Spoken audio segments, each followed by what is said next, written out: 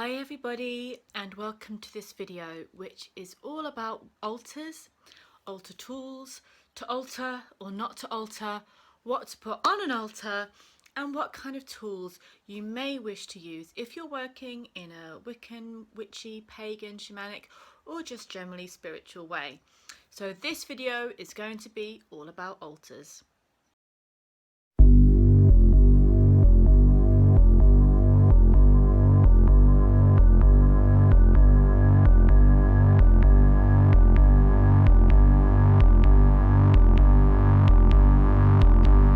Take me in your arms, lay me on the earth, let my body sink into every blade of grass. So I was asked this question a little while ago, I think I've been asked it a couple of times actually, is an altar essential? Do I have to have an altar to be a witch, pagan or whatever?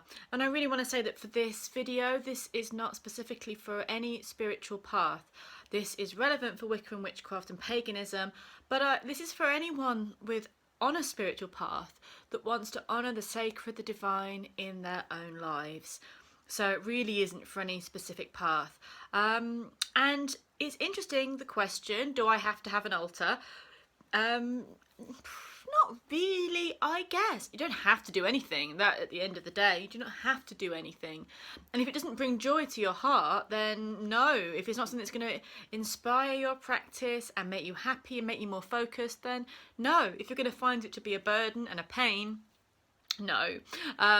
But for me, it's like, why wouldn't you want an altar? Because an altar can be whatever you want it to be, and there are specific things you could have for an altar. But for me, an altar is an outer manifestation and reflection of my inner joy, my inner love, my inner workings, my inner shadow, my love of the divine and sacred in any form that takes. So you could have a very traditional altar for your chosen path, or it could be very simple. It could be as simple as a candle and a feather, and that could mean the world to you, that you give that attention. Or it can be as random and eclectic and personal to you as you wish it to be, and that is the joy of your spiritual path. You own it. You know, if it's going to be joyful for you, if you're going to go to that space and feel connected with the sacred and feel connected with the divine, then you are on the right path. So an altar doesn't have to be a steadfast rule in your life, but if it could be a reflection of you, then it could be a really useful thing to have. And also I find an altar really, really powerful for a daily reminder of my path and a daily celebration of my path. I know when I'm not in a particularly great space because there's two things that suffer in the house. No, sorry, three things. Housework. Always housework suffers. That'll be the first thing that goes. But my spiritual journal, that will suffer, and my altar. It will be there, but it won't have the love, it won't have the vibe, it won't have the energy, because an altar is a magical thing, one that you give love to, you feed with energy, and the more you visit it and give offerings or just smile at it, say hello, the more joy is reflected back at you. It really is that simple.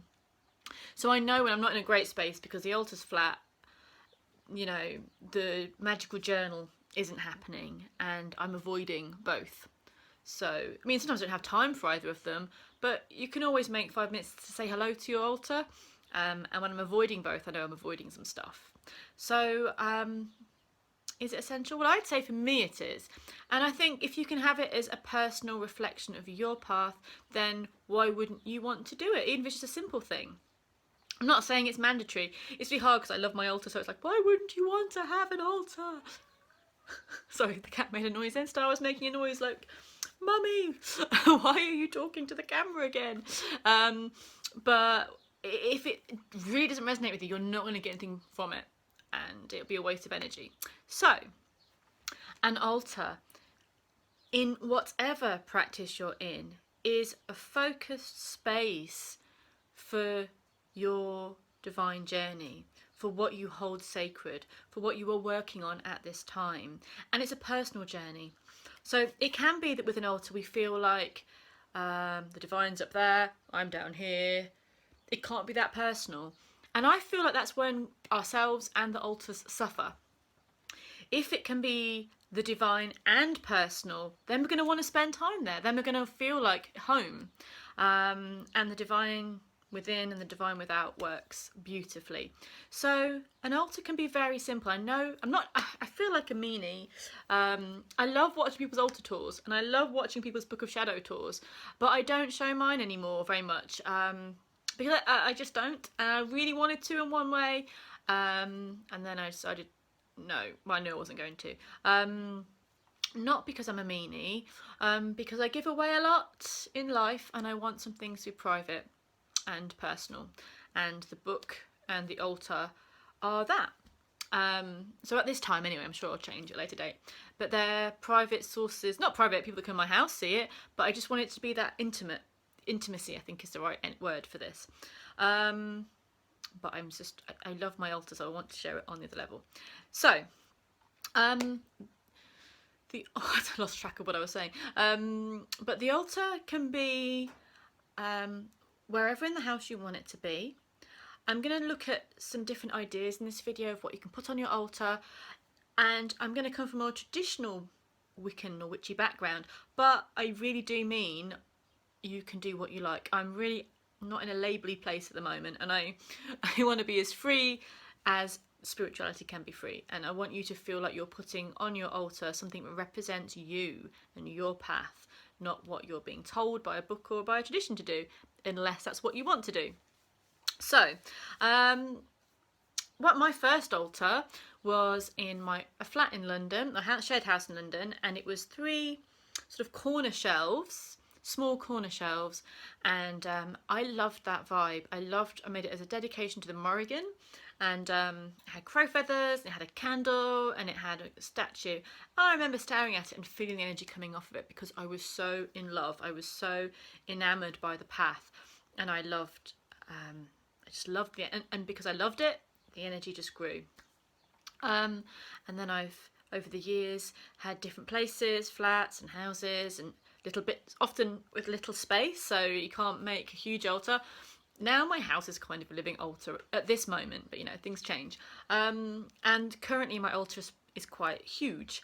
Pretty huge. I think it's fairly huge anyway. Let's not show off. It's just a little bit huge. But size is definitely not everything, because there's been times when my altar has been tiny and the power has been poof. And there's times when I've had a big space out there and I have felt zilch. I have felt unattached, unmoved, and that's my own doing. So it's what you put into it. It's really, really important. So whatever space you have, it is, you know, as long as you can find a shelf, a table, a bigger space if you feel you can, that's great. It can be a temporary altar, like you can maybe just put it up when you're going to do something. It is lovely and a luxury to have a permanent altar, but nothing is necessary. And if you can at times, just because of the living situation you're in, have a temporary altar, that's awesomely cool as well. You know, whatever works for you. This is most important. If it's a chore, if it feels bad, it's not right. So just do what feels and resonates really well with you. So you decide you have an altar space, okay? You've all decided in your mind you've got an altar space. There's somewhere you want to create your sacred space for your divine path, whatever that might be. What are you going to put on it? Well, there's some hints and tips here. I would just say feel your way with this. What do you feel represents your spiritual path right now? It's always nice to have a candle if possible. It's always nice to have some candles and some lovely candlesticks, because the candle represents our spark and our flame and our passion and our creation and transformation. So a candle and a candlestick's all oh yeah, I've got this, and if you can, this is a nice candlestick I got from a charity shop actually, with a cat on it, so that's my bast altar. But I have, over the years collected a lot of stuff. And again, sometimes simple can be better. So just be sure it hasn't got to be showy or big, and it really hasn't got to cost any money or lots of money. A lot of stuff I get is charity shop stuff, and a lot of stuff I get is gifted or created by friends. Some stuff I've paid for. Obviously, I paid for everything, but some stuff I've spent out on. But as a whole, it's been a growing collection of stuff over a decade. So, and that's lovely. And still, the things I love most are handmade stuff. So what do you put on the altar? Well, if you are looking traditionally at, you've got your book on paganism or whatever, and you want to know what to put on your altar, what is traditional to have on your altar is something to represent the elements, so earth, air, fire and water. So even though I'm not doing an altar tour, I'll just show you some bits and bobs you could have. So something to represent earth could be crystals and stones that you found, or crystals. Yeah. These are some small ones. I've got some bigger crystals here. This is a big chunk of jasper. This is lovely, isn't it? This was gifted to me from a lovely lady in Australia. Thank you, Rain. And this one as well was gifted to me as well. It's shiny. It's a lovely shiny raw opal. Oh, it's so gorgeous. I can stare at this for a long time. And then some crystals here. These could be a representation of the element of earth. A stone from your garden. You can even paint a plain stone, that's a lovely representation of earth. You could have a pentacle. This is a symbol of protection and a symbol representing earth and grounding. The pentacle represents earth, but it also represents all of the elements. So it can be a symbol to have to represent all the elements, and that's great. And also the pentagram is a symbol of protection. It's a positive symbol of protection and balance of the elements. So this is a lovely symbol you could have on your altar if you felt you wanted to. So to have the element of air is obviously incense. I brought down so many things I brought down, and then I'm not sure what I've done with them. I had a little pot with incense in, but I seem to put it somewhere else. Never mind. Incense is a beautiful thing to shift the energy, to cleanse. So you can use a sage smudge stick to cleanse. I left a lot of things over there on the altar, but you can use a sage smudge stick to cleanse, or incense, or charcoal burnt and herb incense put on top, resin incense. Some people don't like incense, and that's absolutely fine. Some people have like an allergy to the smoke, or they just don't like it, and that's also okay. You can use feathers. You can use, here we go. I've got my smudge fan, my smudge wing. This is a crow wing that was gifted to me, which is great for smudging. And smudging is using the incense to clear space and to cleanse energy. So I use this for that. But also having the feathers alone can be your representation of the element of air. But if you are a fan of incense, it's perfect for getting yourself in that sacred space mode.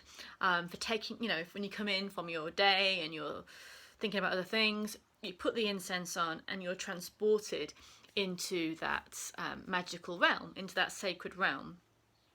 So it works really, really well for that.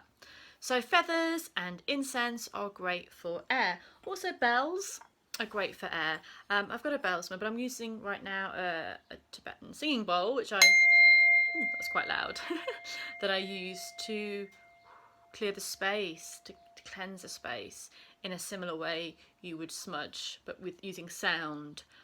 I love it. I love just neutralizing or clearing the space with sound. Chimes you can use, and bells you can use. I've got a lovely wand with bells on. All these things are great for clearing and cleansing and just changing the energy so you can be in that sacred space. So feathers and incense and bells are great for air. Fire, simples really. Candle. Fire is a central point of the altar. Like often we'll have a candle that will be the central point of the altar, representing the sacred flame, the the divine spark, the union of different energies. So a candle will be a central point in an altar, and a candle can be the only point in an altar sometimes. You know, it's still up to you. Earth, air, fire, and water. So water is simple. You know, you have a chalice. It's a magical tool that represents water. You could have water from the sea in a bottle on your altar, or water from a sacred well or a stream, a place you've been to and you really enjoyed that space, a waterfall, and you collected the water. Rainwater, storm water that you've collected, that can represent the element of water and the connection with the emotional watery realms.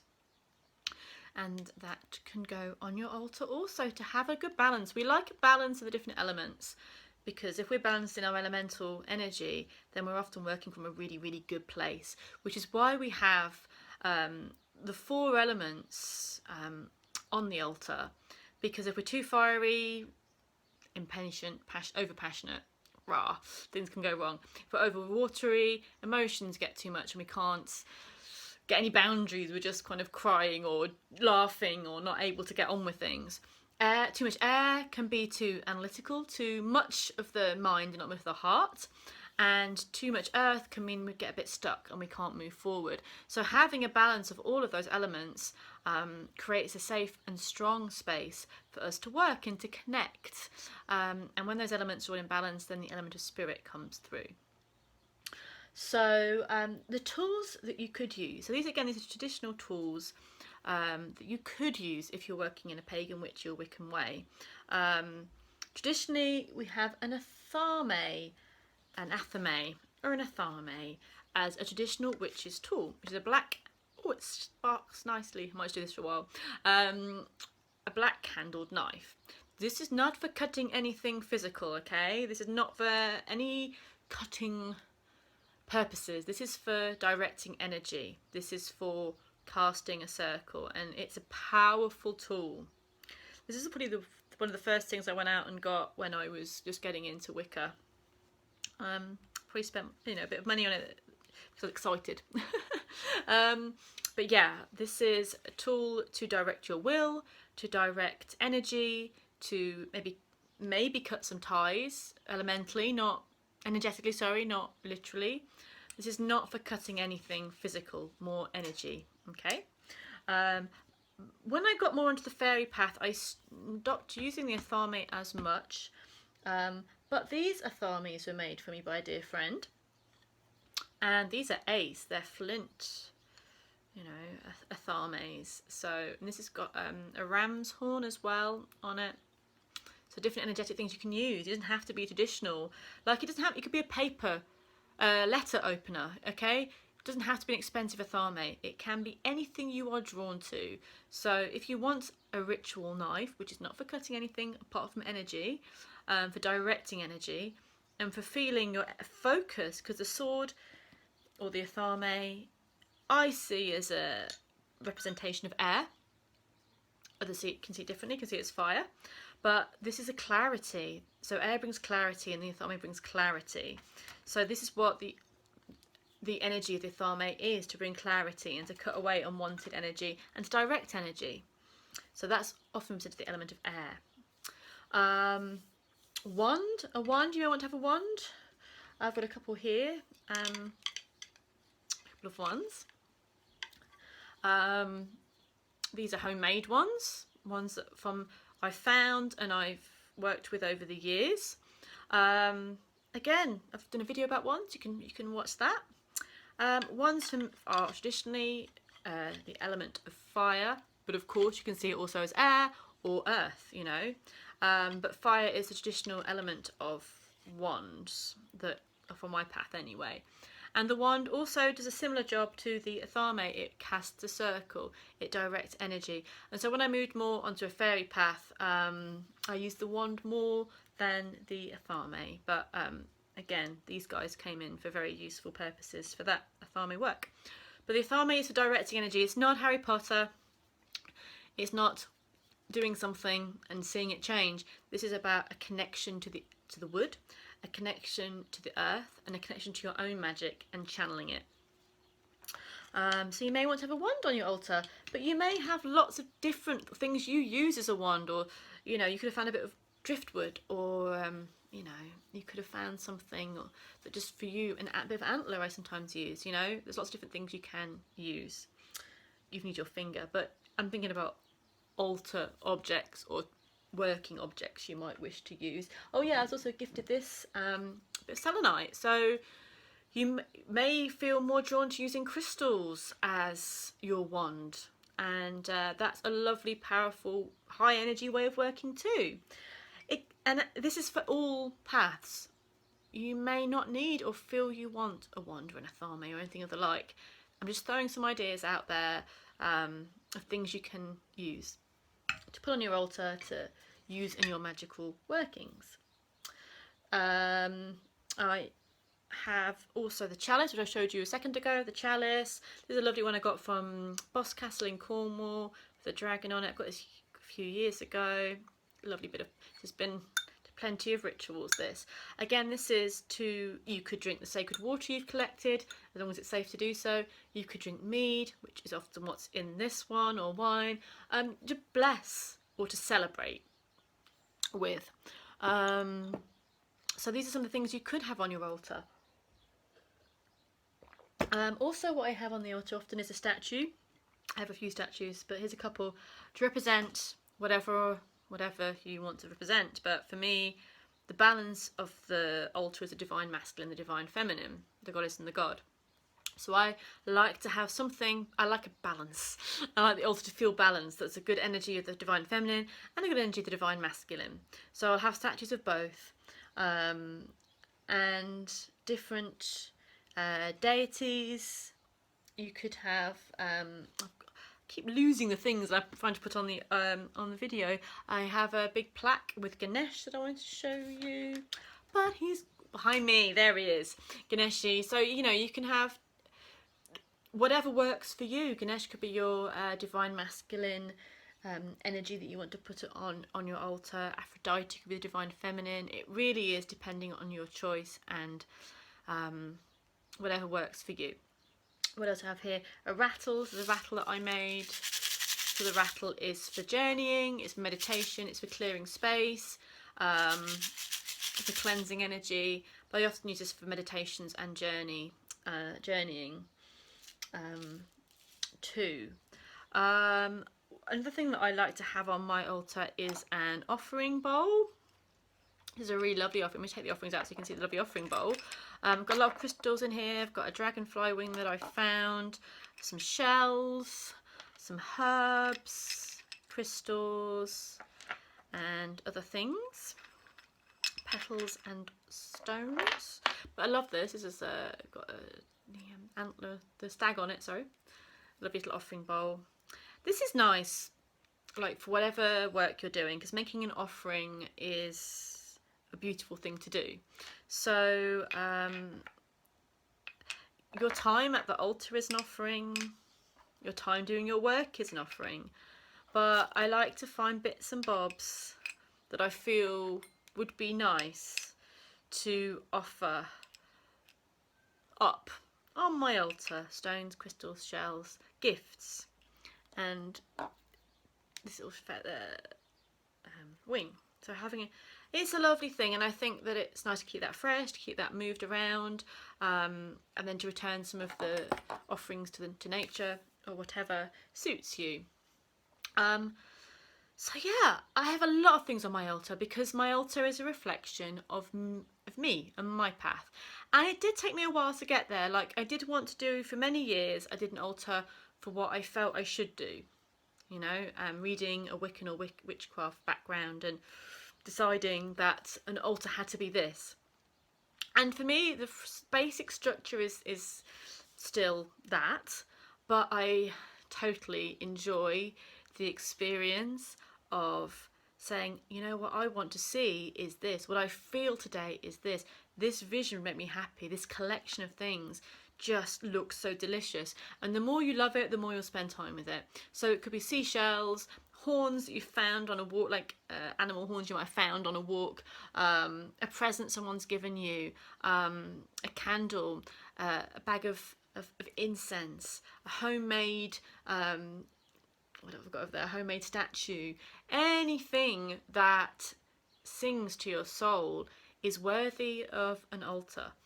Feathers, flowers, the lot. But I'd like you, if you are looking to make an altar, not to feel like it has to be a certain way, not to feel like, oh, I have to make an altar, I have to do this, and tradition states blah de bleedy bleedy blah.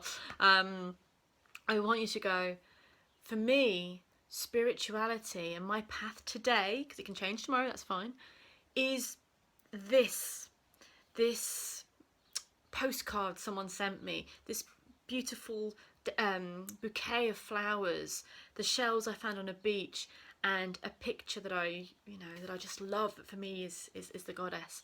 And I'd like you to just, if you are confused about an altar or just stuck in a rut with your altar, just think, what is making you tick right now? What do you need? Like, what's going to heal you? What crystals? What sights? Do you need to feel loved? Like, I have a mirror on my altar with things I've written on it that I need to look at sometimes to remind myself of things. So what it is that you need, what are you working on? Like, altars contain affirmations and things that you're working with at this time.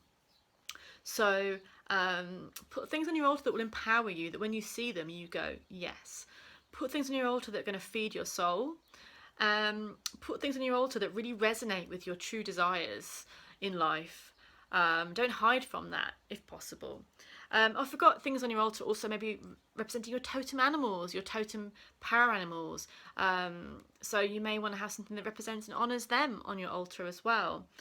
You may choose to have a drum on or by your altar, so that you can go into that meditating space, that journeying space, so that you can go into connect deeper with yourself and with your journey. Yeah, there's so many things. There's so many things on my nose. It's really itching today.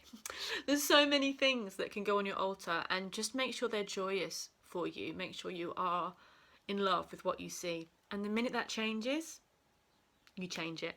So you can change your altar, and this is traditionally good to go with the Wheel of the Year. So now, as I'm doing this, we're in the middle of May. That Beltane flowery vibe and love and passion.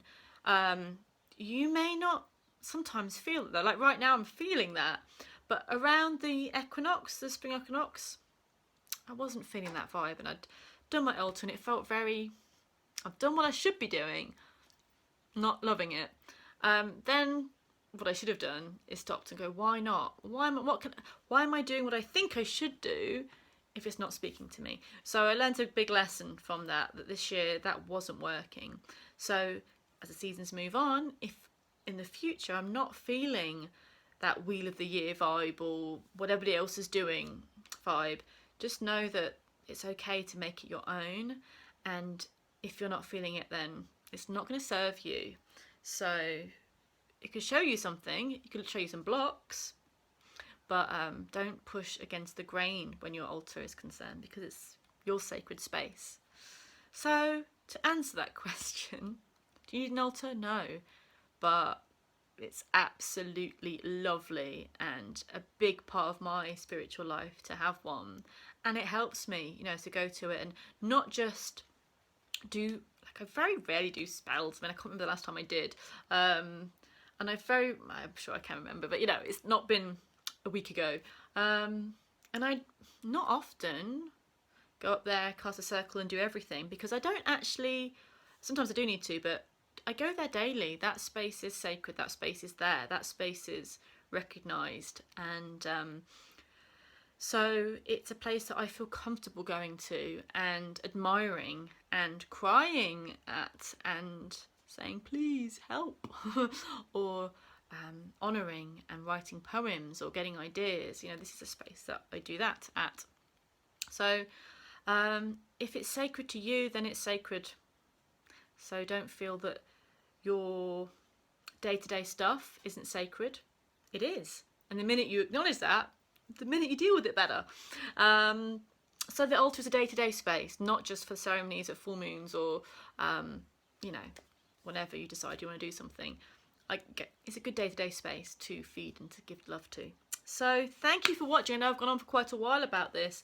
I just love altars. I love that space to ignite the divine and to recognise it.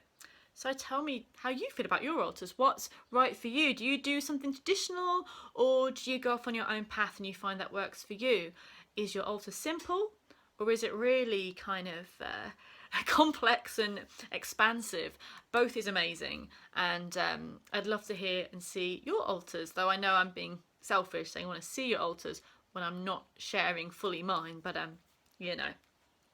I hope you enjoyed this video, and if you are unsure about altars, I hope it gave you a little bit to go on, and I hope it didn't confuse you. There are plenty of books out there about what you can do with altars, but I just feel go your own way.